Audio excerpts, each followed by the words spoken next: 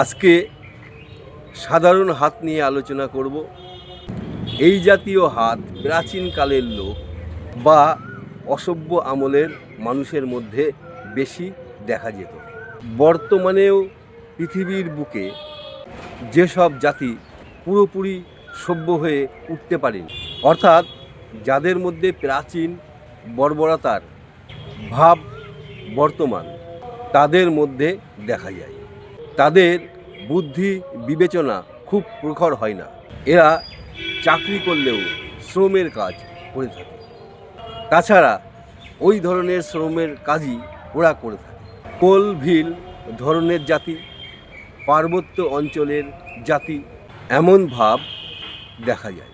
প্রভৃতির মধ্যে এমন ভাব দেখা যায় যা ভারতেও দেখতে পাওয়া যায়। যুদ্ধক্ষেত্রে এরা সাধারণ সৈনিকের কাজ ভালোভাবে সামলাতে পারে।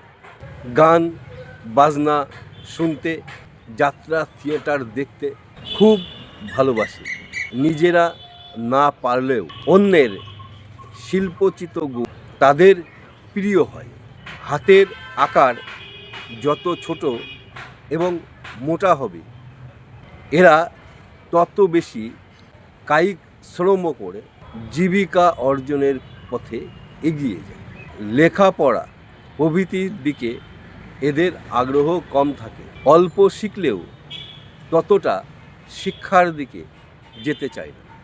যদি এদের বুড়ো আঙুল শক্ত হয় ও গাঁট অন্য আঙুলে গাঁট শক্ত হয়, তাহলে উচ্চ শ্রেণীর উচ্চ শিক্ষিত লোকের সঙ্গে মানিয়ে চলতে পারে। অনেক কুলি মজুরদের মধ্যে এমন হাত দেখা যায়।